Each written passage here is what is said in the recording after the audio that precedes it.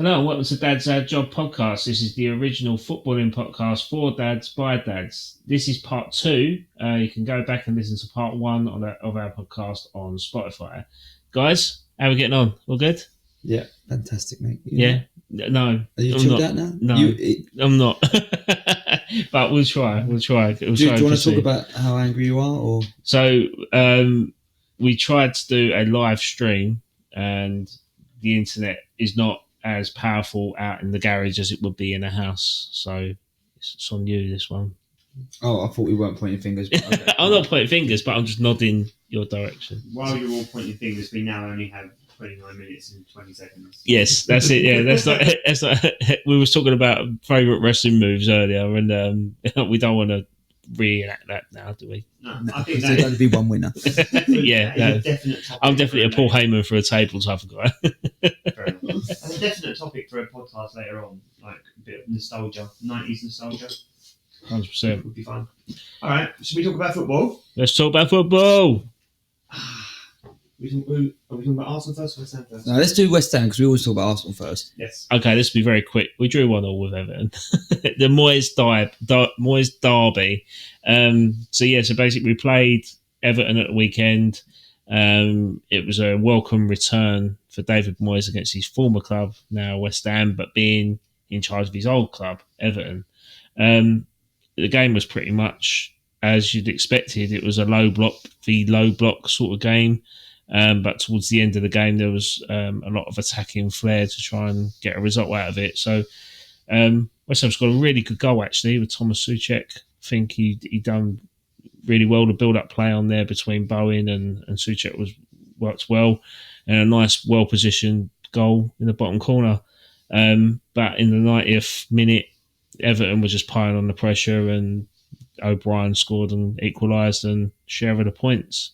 And that is the last game West Ham will be playing at Goodison Park ever, as they move to Bramley Dock next season.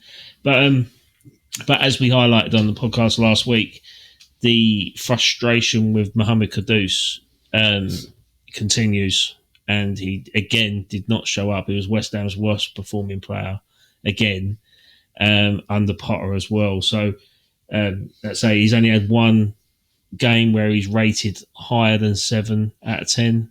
Every game he's played below that has been well below that. His statistics, mate, are absolutely woeful. That's funny because I also saw that he's just not picking Ferguson. It's not because Ferguson's not injured. No. Sorry, it's not because Ferguson's injured. He's not picking him. And I think that is massive. Yeah. What?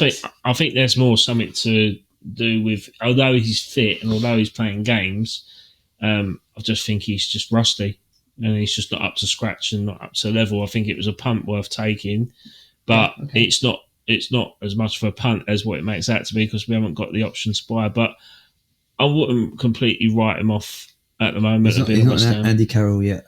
No, he's not Andy Carroll yet. No, give him a few years and he might be. And didn't Antonio come to the? No, that was the game before. That was a Newcastle game, yeah. Sorry, he said he's going to be 100% back, though, doesn't he? I've seen that. 100% he wants to be back, yeah. So who do you think's got the best deal so far of David Moyes going back to Everton and West Ham getting in Potter? Who's had the best of it? I think we was always going to evolve from... probably a bit loaded because you had Lopetegui before that, didn't you? So. Well, yeah, I thought that was weird. I thought I saw someone in the background there. Like a ghost or something. There was a reflection in the mirror, but through outside. Don't upset him, mate. You'll get stressed. Well, the back door's open. Well, this is recorded, so if it was in the mirror, it would have been in there. Right, okay, we'll find out. I'll replay it. I just saw a figure go across. Do you reckon it was your in the mirror? Do you reckon it was your hand? Hold on, because I just want to check the back door now. You said that. Oh, right, fair enough. Just triggering people over. So I just think that with West Ham evolving on from Moyes, I think its time has just run its course. I mean, I know a lot of people were saying, "Oh, well, we want Moyes back. Why did he leave in the first place?" But I think it was the right time for him to go. Graham Potter's a great market opportunity going forward as well. If they give him the time to succeed, I hope they do. I hope they do. Like, so the average term for a manager in top flight is 18 months. And Yeah, that's right. so he would have done 6 by the time the summer comes round. And what has he got, a year left? I don't know. It's too hard to tell at the minute. But again, as we spoke about last week, sometimes if your team is conceding 3-4 goals a game, you need to revert back to and not a less entertaining style of football to get results, and that's just what we're falling into. And everyone's saying, well, we should have stuck with Moyes, who was going to play with that football. But I think sometimes it takes time to implement a style. It's easy for me to use Arteta because I'm an Arsenal fan, but even when Arteta took over Arsenal and then won the FA Cup, he was still, that was not his style. It took time. And I know that makes me an easy target now because Arsenal haven't won anything since.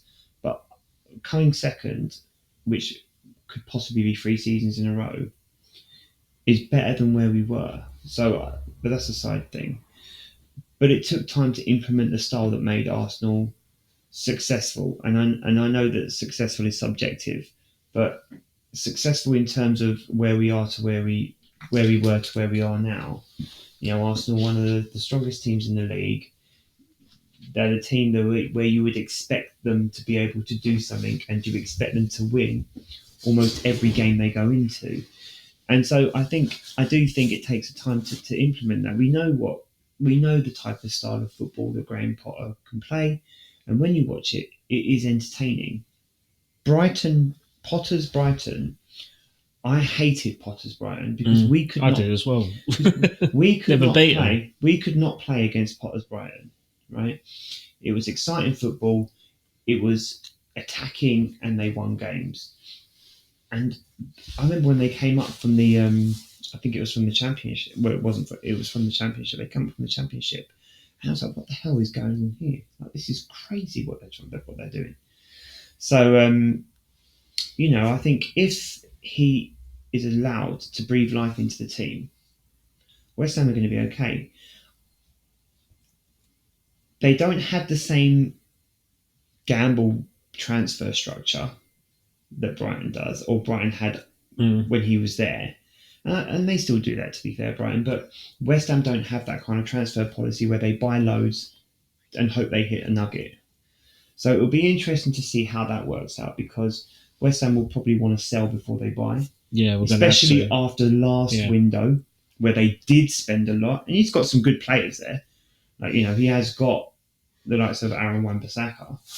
But what you need really for his style of football is a goalkeeper who's going to put the ball on the floor. Yeah. Dare I say Ramsdale. Someone like that anyway, who might be available. And as far as relegated goalkeepers, bless him, he's been relegated 3 times. He is not the worst goalkeeper in the league. Yeah. By a long shot. So he's the type of player that would make West Ham stronger, but then he would also be able to play the way that Potter wants to play. I'd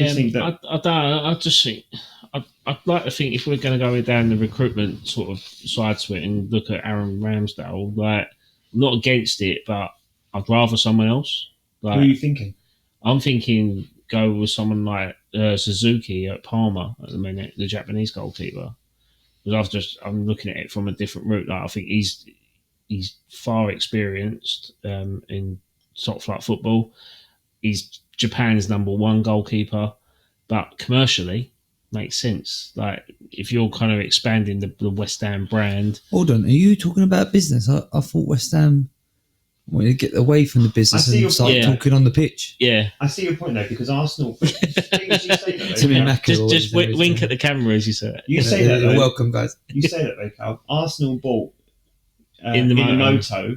Oh, yeah, that's what I just said. £1 million. And they got £30 million back through TV rights from Japan. We're still getting rights for that. Listen, we've got a whole new fan base over there just because of him. Exactly. He's like a god over there. I know. Exactly. That's what I mean. So, if West Ham went and bought Japan's #1 goalkeeper from Parma. Imagine if you actually won something But with an him. actual starting goalkeeper as well. A goalkeeper who starts. Inamoto was never going to start for us. He was a decent player, though. I'm not disputing that, but he had Vieira to him. He's the spotlight will be on him if we bought him, and the bonus of it is that he's a goalkeeper that would suit Potter's style of play. But you could. How much is he worth? I think he's worth about 25 million. So you get him for the same money you probably get Ramsdale for. Ish. Yeah. Wages. Maybe. Yeah, probably more. We'll probably have to pay less in wages, really. That's what I'm saying. So once you factor out wages and transfer, you're probably spending about. But image rights and stuff. How old is he? I think it's about 24. I think. Oh, okay. So you get 23, 24. Okay. Yeah. And varsity experience as well, then. Yeah, good age. Yeah, that's. I mean, not a lot of people would know who he That is. reminds me of Soccer AM. Good age. Good age. Great age. That's who I would. That's who I'd get. But yeah, well, going on from one Japanese international to another to your club, you had a good result at the weekend, didn't you? Where's the link from one Japanese to another Japanese? One Japanese. Well, we're talking about Suzuki to Inamoto playing for Arsenal. Right. So Arsenal To be fair, played at the weekend. Mate, I was That's thinking not the most obvious thing, because I'm thinking, who scored our goal? Junichi Mikorino. No, yeah, so we beat Chelsea 1-0. We should have beaten beaten them better. They were awful and we were okay. I don't know if it was okay. I thought we were quite poor as well, to be honest with you. I think it speaks volumes about where Chelsea are right now. I also Yeah, think I'd be worried. it shows that our defence is still the bread and butter of our success. Yeah, 100%. But we're 20-0. That's incredible. And I know the Big Six isn't strictly the Big Six of yesteryear, but they are still the big games. They are still the games that are watched mostly worldwide.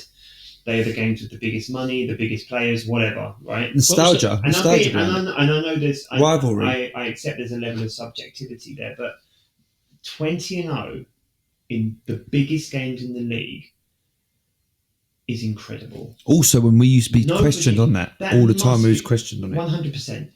Then that must be a record. Like, that must be. I can't think of when was the last loss to a Big Sky Six? Sports, why are we not talking about this? Well, 20 games, mate. So it's got to be 3 or 4 seasons. 2 or 3 seasons? 2 or 3. Maybe 2 or 3 seasons. Well, top 6, Rob. 6, 12, 18. So it's only got to be 3 seasons, isn't it? So, right, I know you played him twice, didn't you? Yeah. So because it might only be 2 years. Yeah. I think it was 20. No, it's 10, isn't it? You can't count yourself as a Big Six, can you? And that fixture. So I'm it's glad you turned that, Adam. Thank you, man. I think it'll be the architect. I think it'll be the 20. I think it'll be the 20. Is it So it's 22, 5. 23 season? Or yeah, 20? It's 2 seasons because you play him twice, so it's 10. So 22-23 season must have lost. Yeah. I think we lost to Man City 3-1 actually. Yeah, that's what I was going to say. The last loss. I remember watching that in a pub in London. I think it was COVID, wasn't it? Was it No, COVID? I was in what's the Canadian? COVID's too long. What's the Canadian pub near Covent Garden? The Maple Tree.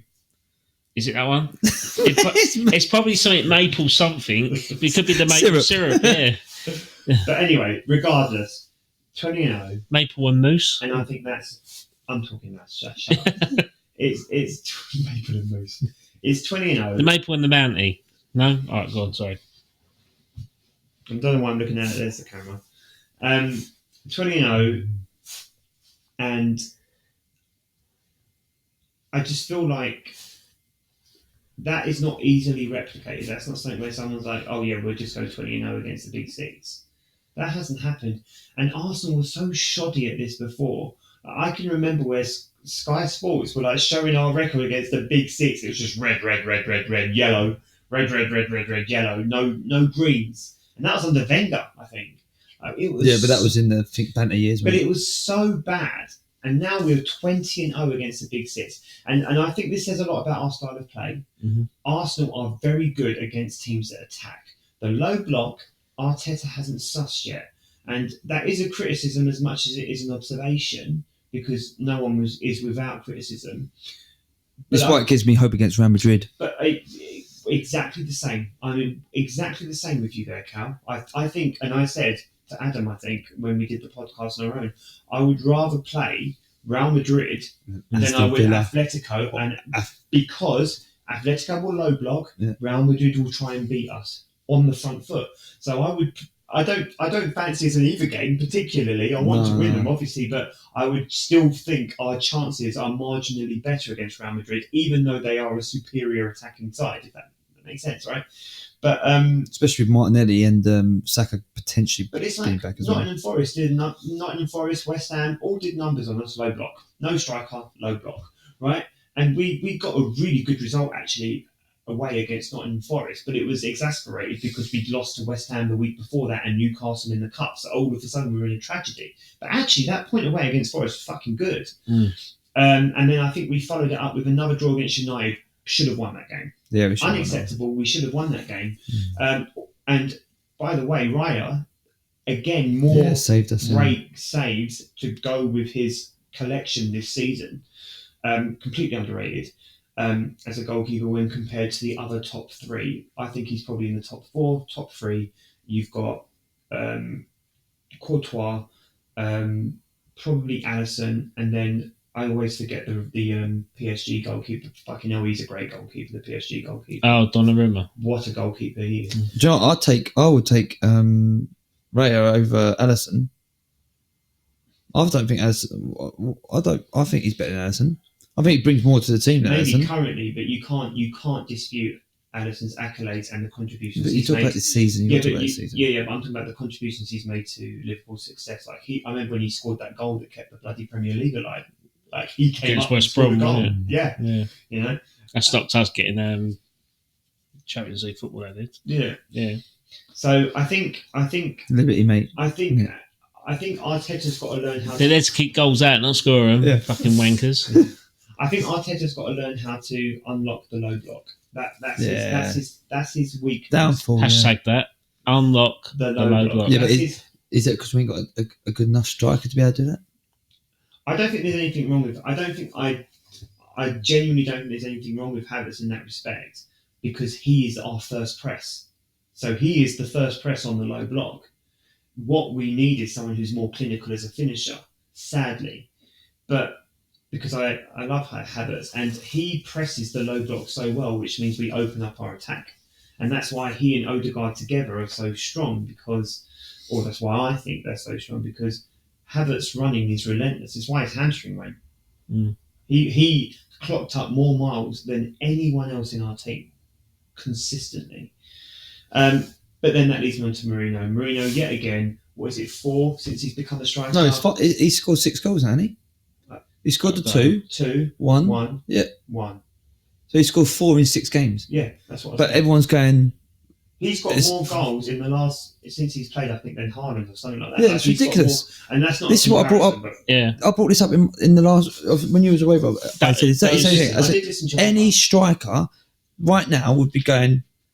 Mourinho's mate. What a record! What a record, the fella, and he's not even a striker. Yeah. It's outstanding. And by the way, that goal was pretty decent. Fantastic, and he should have had a second one. That volley. I mean, the goalkeeper. Who was it? Who was in goal? I can't remember who was playing there. What, Chelsea? Who was in goal for him? One of the other goalkeepers because it was Sanchez. Yeah, that save he made off that volley. I mean, he hit that perfect, and I mean, it's a fantastic. He should have had 2. We should be talking 5 and 6. That's what we should be talking about. I'm more gutted he wasn't in my fantasy football team because imagine the points you would have had. Your fantasy football team needs all the help it can get, mate. I'm saying it. I'm top.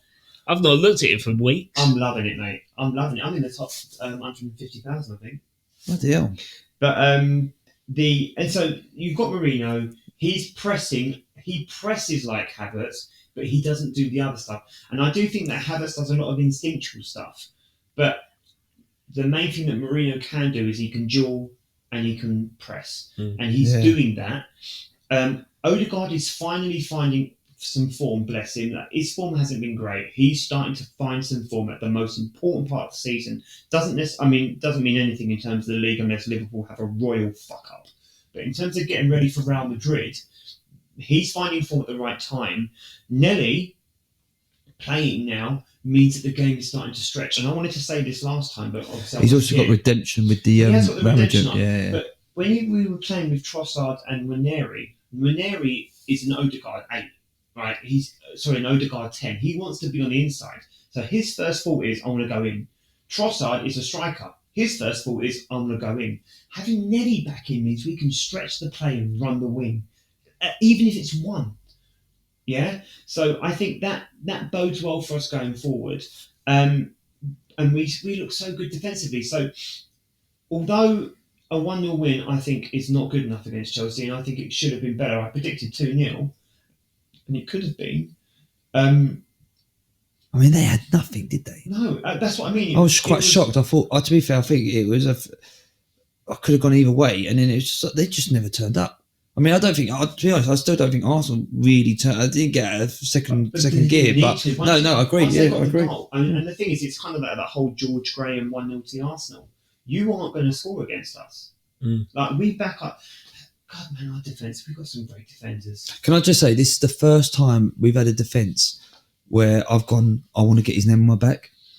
I love Gabriel. I mean, everyone talks about Saliba and, going around Madrid, and he's going to be the best. Gabriel might be going to Saudi Arabia. Oh no, that actually worries me more, just because of the passion and the love and the way. I'll be gutted if we lose Gabriel. Do you know what I would have. My next shirt is going to be him. I'm going to have Gabriel number 6, the wall underneath. That's my shirt. That's my next shirt I'm going to have. I freaking love him so much. I don't care, mate. I love him. That's one that I'm going to pass on to. You talk about role models. I'm passing that down to my son. I go, you watch this fella, mate. That's love. Do you know what the irony is, right? Yeah. I would sooner, and I don't say this with any happiness, right? I would sooner, or I could see that we would sell Gabriel for like 150, 200 million to Saudi Arabia, because that's the type of money we could probably make. And then we would, in 2.5 years' time, let Saliba go for free. Because that is the type of business that Real Madrid would do. Do you know what? We'll have you when you're 27. Oh, I just love Gabriel so much. It actually makes me sad, because I think Gabriel could be I think he could be up there as a legend up there. I'm going to throw it out there. Up there with Tony Adams. That's if Gabriel could win something. If he wins something, I tell you that he mate, look at him, the way he rallies. He's more of a Mike Keown. Saliba's more of an Adams. Oh, I don't know. I do love. That's my next shirt. I'm telling you. That's how much I rate him. I'm not joking. I'm getting that. Oh yeah, you can't get in because he said there's a weirdo walking around. So there.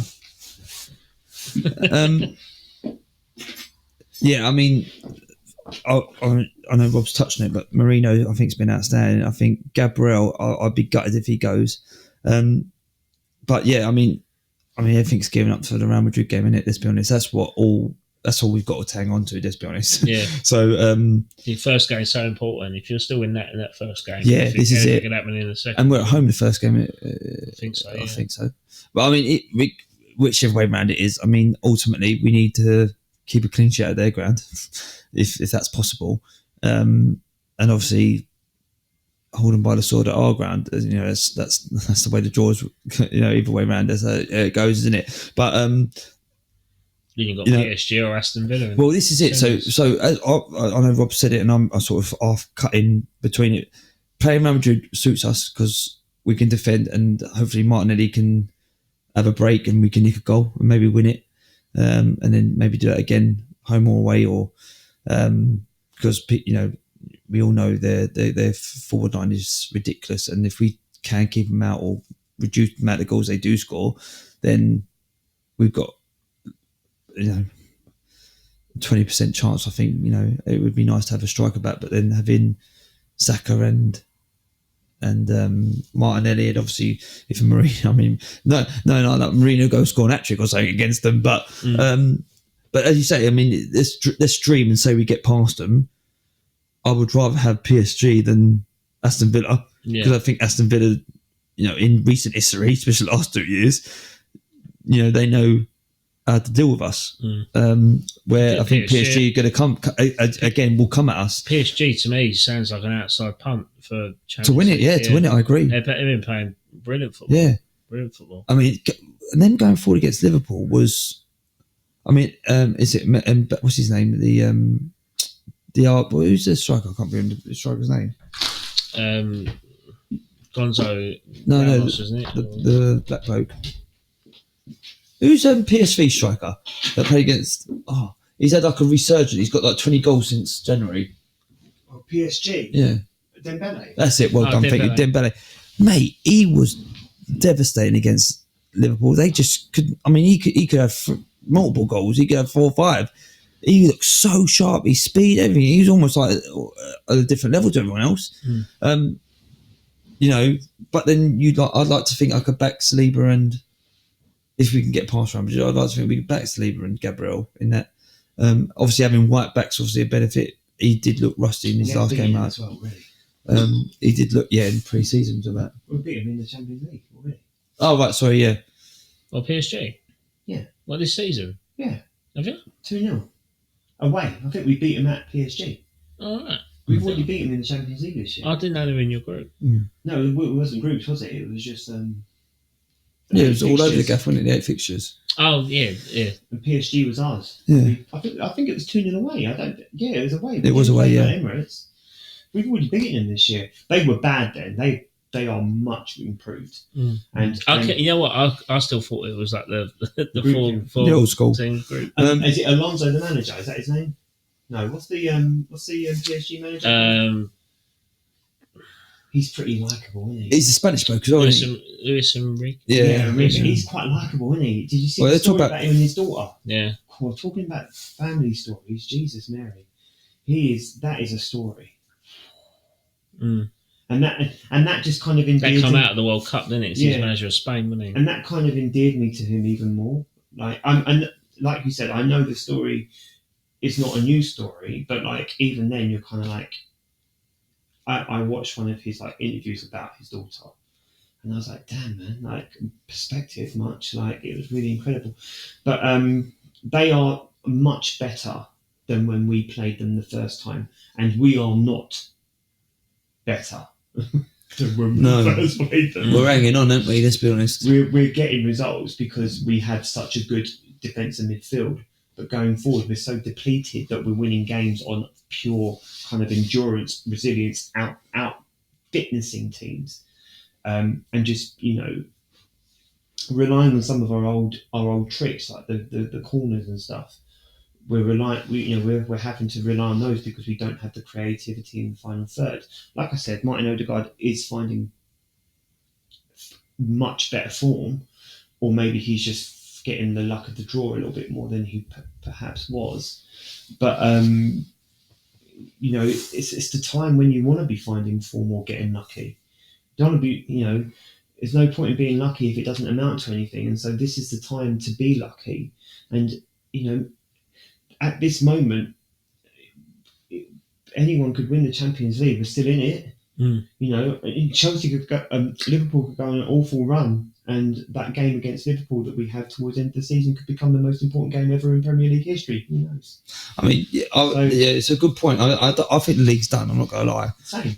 But I think it will finish closer than it is at the moment. Yeah. Because I think Liverpool have now lost the cup final. They lost the game before. Got Premier League to focus on now, haven't they? True, but what a great week in football it was, though. What a great week! Getting knocked out of the Champions League and losing to Newcastle. What a great week. But how much will that knock the confidence? Yeah. I still think they've won it, but I do think it will be 6 points in it or 3 points in it towards the end of the season. I think they will lose that many games or drop that many points. But then obviously I think they're going to go on a bad spell, and then I think that then leads into the bad spell in the sense of losing against Newcastle on on the weekend. So I mean, how does everyone feel about that? Because I'm not going to lie to you, everyone's talking about this 70 years, but I couldn't really care. I wanted Newcastle to lose it purely because of the fact that they've kind of, with the help of Saudi Arabian money, they've done it through that sort of financial acceleration. But as the game was being played, I wanted Newcastle to win because I thought, why, when you look at Liverpool, it's like they just win everything and they don't really appreciate it as much as they should do. But Newcastle, they've actually broken their duck. I mean, I've seen my West Ham duck broken a couple of years ago, and them winning that cup brought back a lot of memories for me when West Ham won that cup. So I was really happy for them in the end. I mean, I'm more happy for the fans than I was for the club, if that makes sense, because like there was pictures and stuff that I see online of their like youngsters our age going to watch the game and seeing their club win that, but they're wearing like their dad's tops from when they were their age and stuff that are no longer there with them. So they were going there watching that cup final, wearing their dad's hand-me-downs and seeing the club lift the thing. So like that's 70 years. That's a whole generation of a fan that have gone without, you know. I think Bruno Guimaraes said something nice, didn't he? He says something very apt. He said, this one was something like this was for the fans. There have been Newcastle fans that have grown up and have died and have never seen their club win something. Yeah. So this is for the fans because now they've got their moment. And I'm making up some of that, but that is the kind of the generalisation of what he said. And actually, it was lovely. And Bruno Guimaraes, he's like a captain digger. He's a role model for maybe some of the other younger players coming through the team as a footballer. And players young people will idolise him as this kind of like leader in the midfield for them. And so it was a wonderful thing to have said, and it was a wonderful moment for the football club. Like Callum, couldn't give a toss, right? Don't care. Other than that Liverpool didn't win something because Liverpool have been trying to little bro us all season, and I'm not about that. I didn't particularly want Newcastle to win it either because of the way that they tried to jump on the whole humble thing. Oh, yeah, I forgot about that. Don't try and jump in on our rivalry. That's a rivalry with Man City. It's got nothing to do with you. Don't insert yourself. I was happy. I was initially happy for Howe because I think Howe's a good manager. And I also, he is the son of Don Howe, who managed Arsenal between 83 and 86 and who introduced... Oh, really? Is that true? Yeah. Oh, really? I didn't know that. And who introduced Tony Adams into the first team. So that's quite cool. Future Arsenal manager then? Well, not right now. Not right now, but if there was a success... I mean, it'd be nice, as you say, you talk about a story. Yeah, it'd be it's a lovely story. I've yeah. got nothing against Howe. The only thing I do have against him is that they asked him a question about being a manager with a trophy, saying like, you're a good manager now or something like that.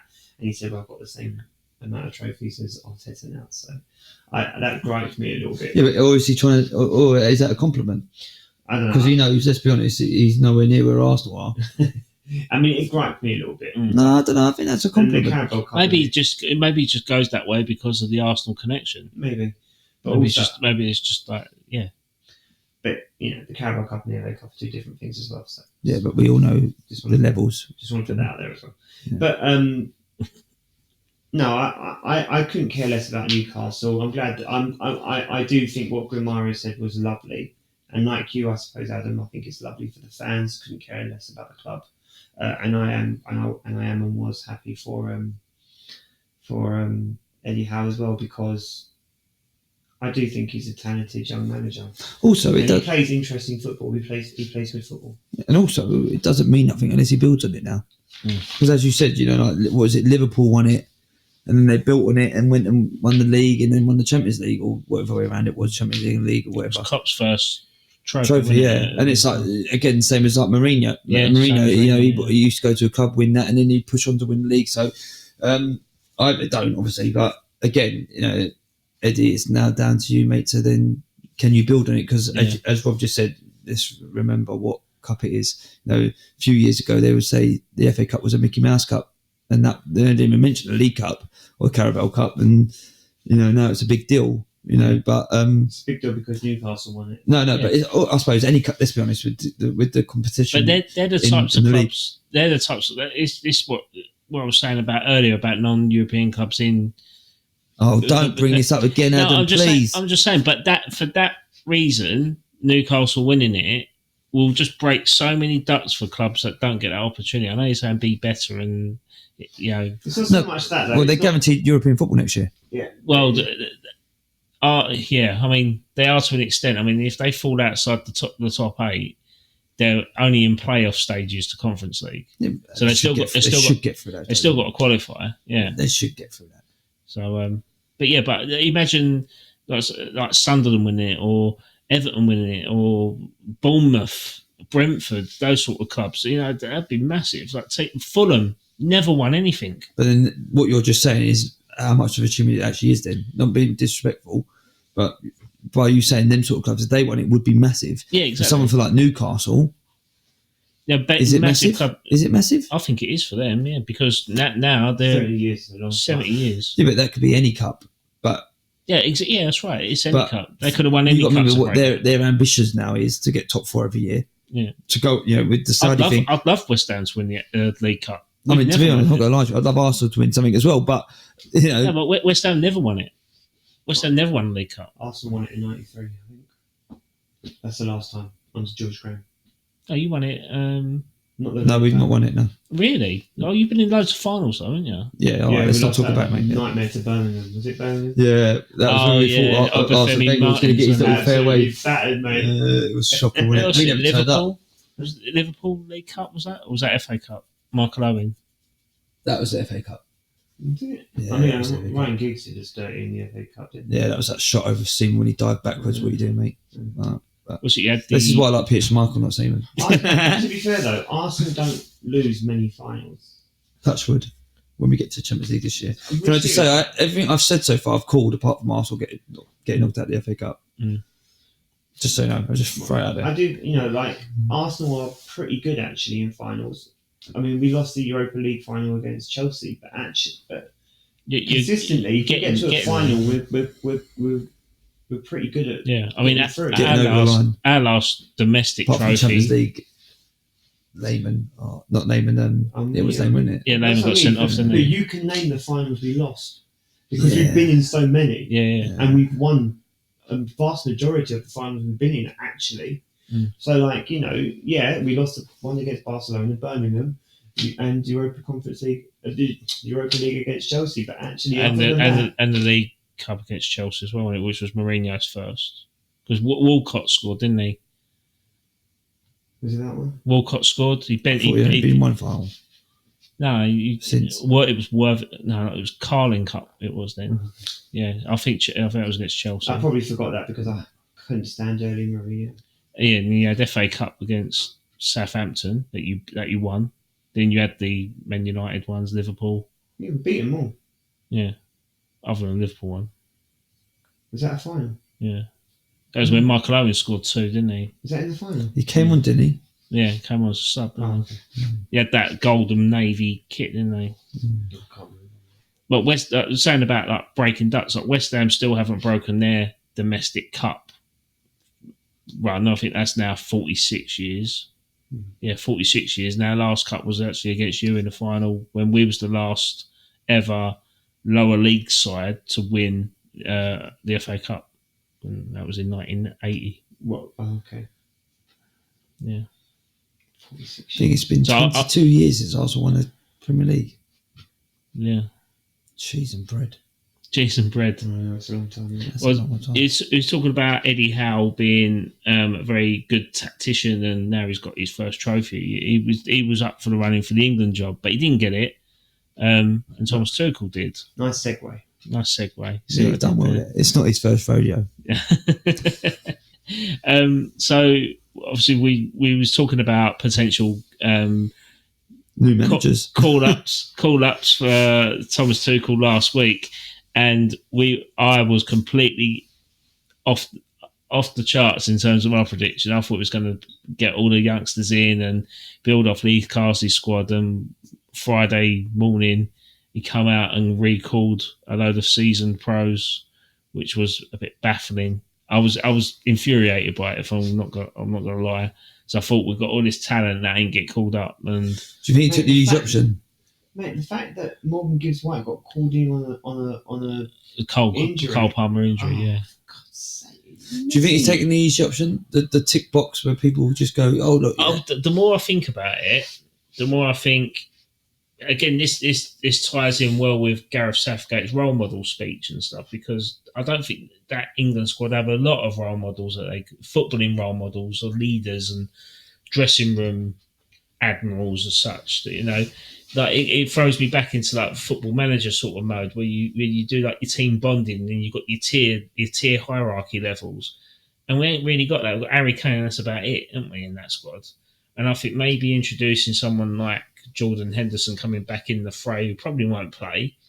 Your squad sizes have been increased from 21 to 23 to 28 now, I think. So what harm is it having Jordan Henderson in around the squad? Yeah, we dropped him last tournament, and we did pretty much miss that bench sort of leadership, didn't we? I don't have an issue. I do think it's a bit like, okay, I don't have an issue with him being there, but I wouldn't want to see him playing. No. Who do you think the biggest surprise is? So I'm just having a look. Remind myself. Jordan Henderson. He's not in it. Oh, not being. I mean, who's actually in it? Sorry. I was happy for Burn getting called up. I didn't mind Dan Burn getting a call up.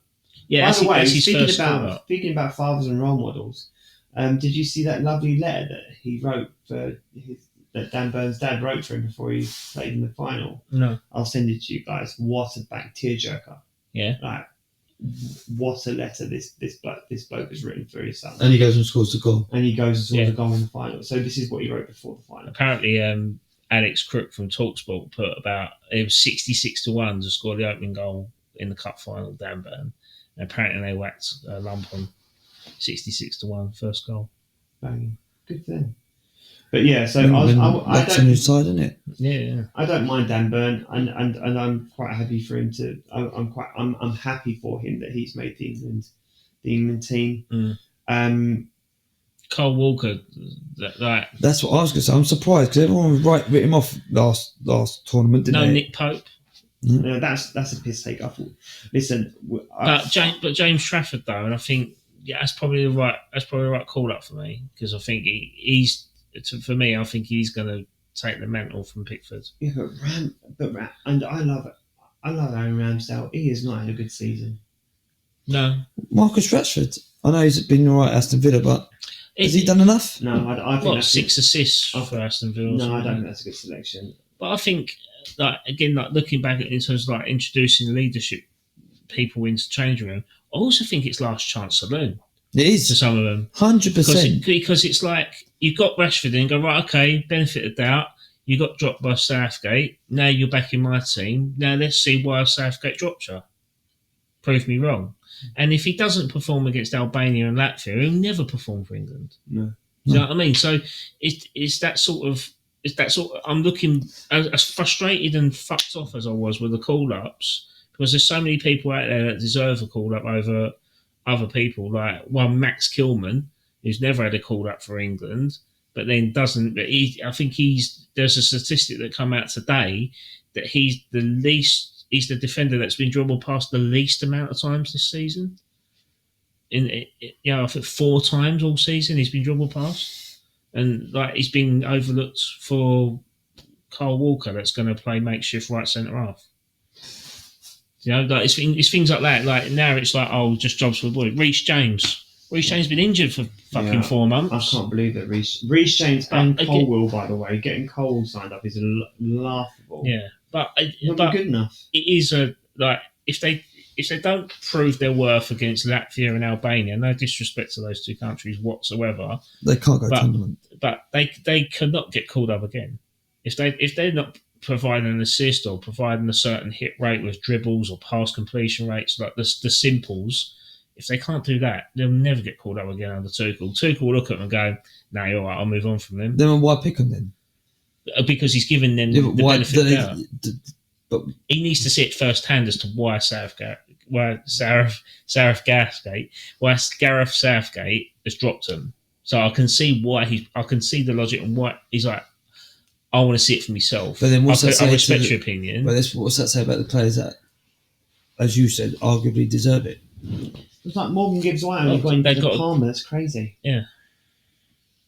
And you could say, but they've never been called up. But then he's taking the easy street. Also, then I'm going, well, has he got any ambition?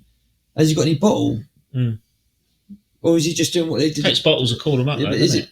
I'm not defending. Do you think it does? Do you He's know just what picked names. He's the biggest names in English football. Do you know they're that? names that have been ever present through Southgate's success, which Southgate has then later dropped. And it's like, well, why are you dropping them now? But if you want to talk about phases, we're in a different phase. Yeah. You talk about, the under 23s winning the trophy or under 20s.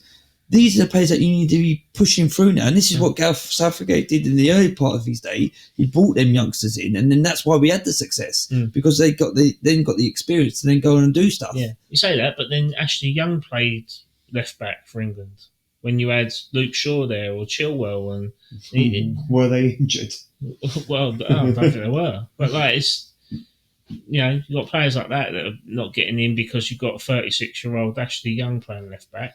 It's the same thing, isn't it? Like I don't know. Like I say, jury's still out. Like I know we've gone back at 10 years. That's how I feel. Probably longer when it was like, let's pick up Lampard, Gerrard, and all them because they're names. Yeah. Well, who done that? It was Spenyor, wasn't it? Spengor and Everton. No. Who was it? I think it was Capello. Was it Capello? Because he called up Scholes and Carragher, didn't he? He dropped John Terry. Do you remember that or something like that? Or he made he chose a different captain or something like that. Well, yeah, that was obvious though, wasn't it? Why he done that? Yeah, no, I know, but like, yeah. So was that the whole bridge? Yeah, poor sod. That was the Africa World Cup, wasn't it? South Africa. That was a terrible tournament. That, but we had Matt Upson as a starting centre half for England. Like, wasn't great, was it? But went to his Arsenal. It was West Ham as well. It was West Ham at the time. Oh yeah, I forgot. Yeah, get over rejection. Brought him off Birmingham though. Yeah, no, he's actually. He had potential, but just Matthew Upson was a good defender. Yeah, he was. He just unfortunately didn't work out. Push on, yeah. It just didn't. Yeah, unfortunately, isn't it? That's the thing, isn't it? Yeah, I don't know. I mean, I'm not a massive.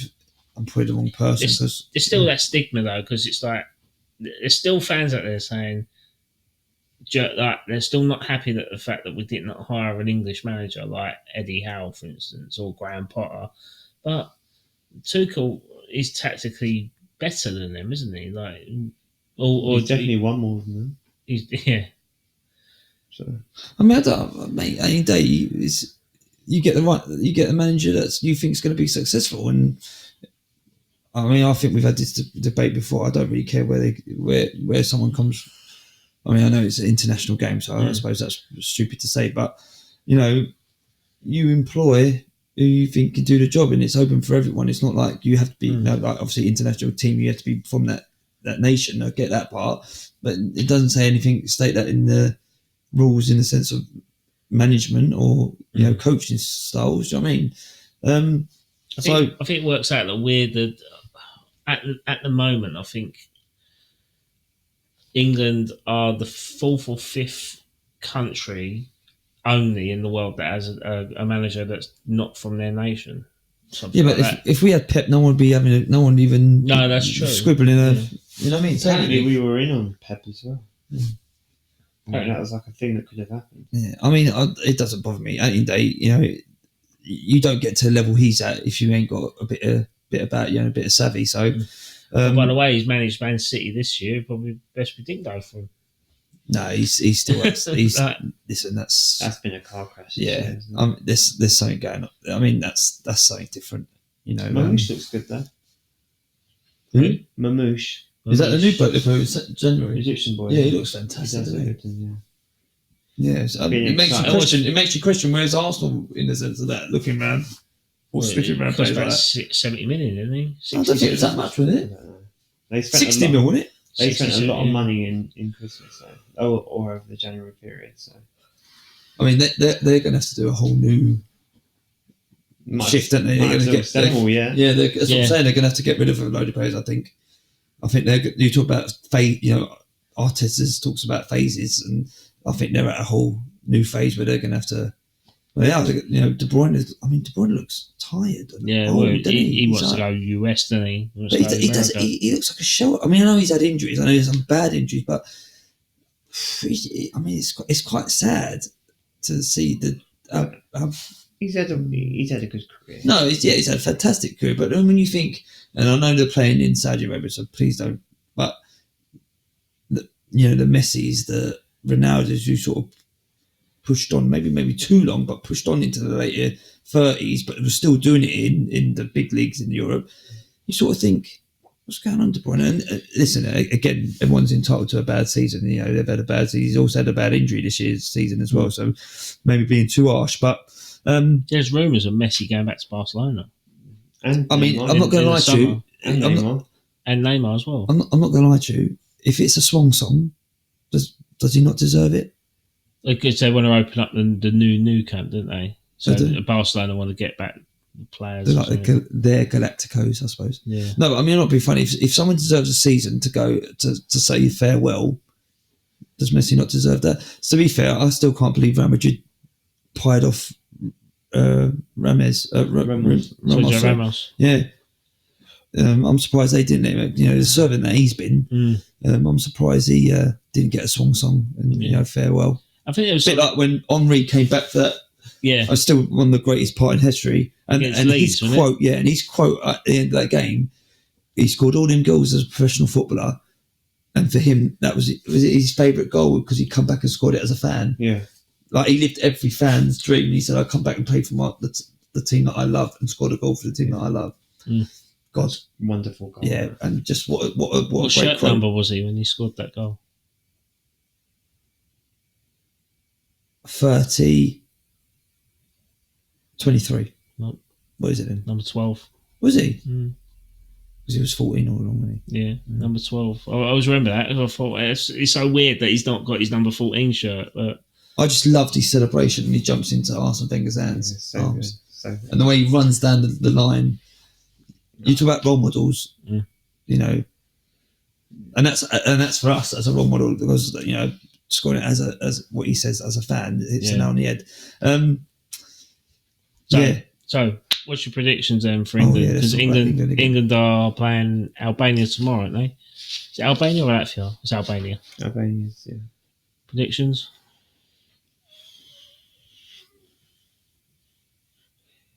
I kind of feel like it should be like basketball scores. I've got to be honest. Like Albania are probably are a better team than Latvia. I would suggest. Yeah, I think Albania got some credibility to them, haven't they? I would expect us to go quite well against Latvia, and I think we should be beating them both comfortably. Like this is meant to be a new This is meant to be the new thing. Thomas Tuchel had an interview where he says that basically England had no style last year at the World.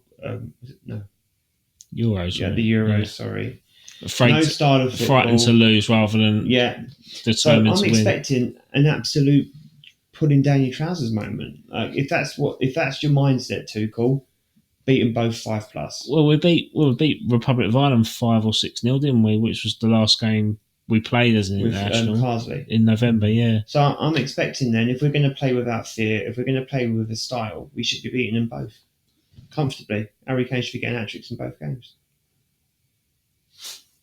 I'm not saying that to be cynical. No, I agree. No, I agree with you, but I can't disagree with you. I think we're going to struggle. I think it's going to be 1-0, and everyone's in it because it's just an England thing, right? We're going to win 1-0, and it's going to be a massive.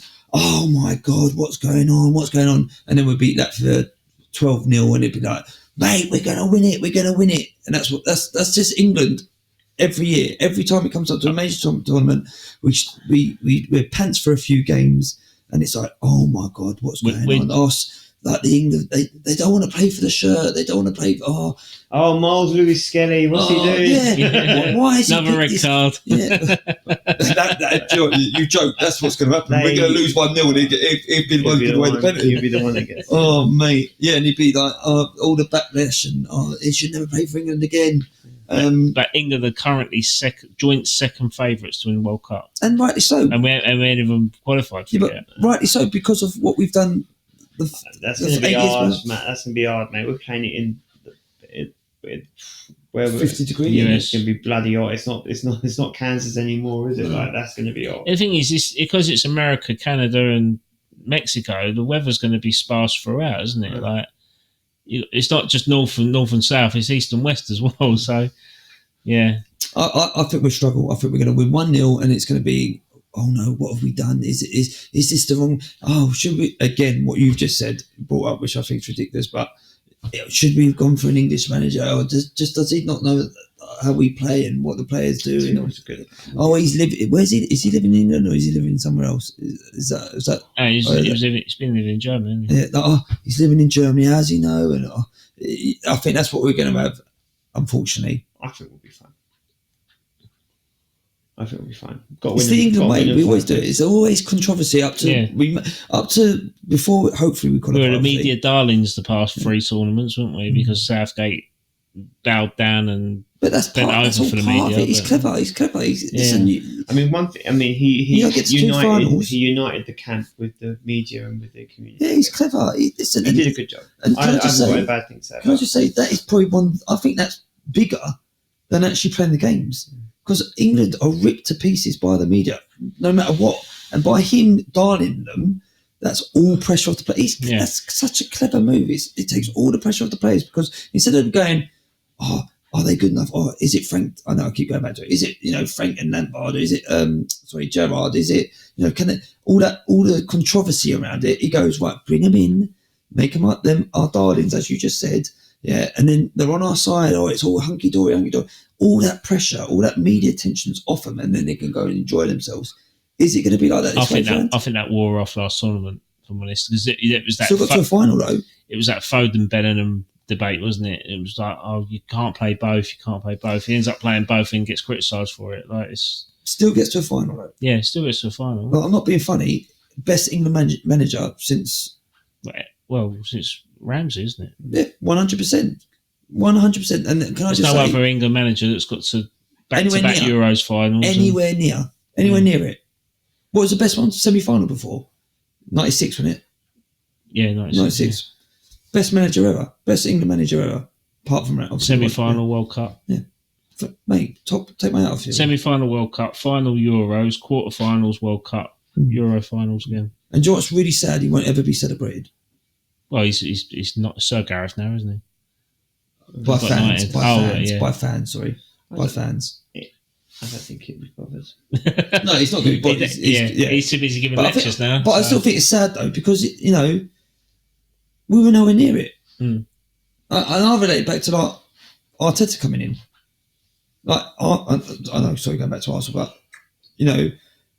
some of these Arsenal fans that we should get rid of him, and mate, 4 years ago we would have been dreaming to be in this position. Absolutely dreaming. The guy is an absolute legend. Yeah, the next legend since Arsene Wenger, other than not winning something, and they want to get rid of him. Are you mad? Look at where the club is. I mean, at least we've got a fan base now that was nowhere near one that we had. I don't think we've ever had. Do you know what I mean? What he's brought in with the song, with the. I mean, it is a castle now. It is a den, a fortress, somewhere people don't want to come because what he's instilled. And I think Gareth ain't going to get that credit that he deserves. I don't necessarily think he was a fortress. Let's hope Tuchel can build off Southgate's foundations as such and see if he can actually make us jump that final hurdle and bring in some silverware home. But that's the end of this week's podcast, guys. Thanks again. Callum, thanks for being hospitable. Sorry. And we'll see you next week. Take care, guys.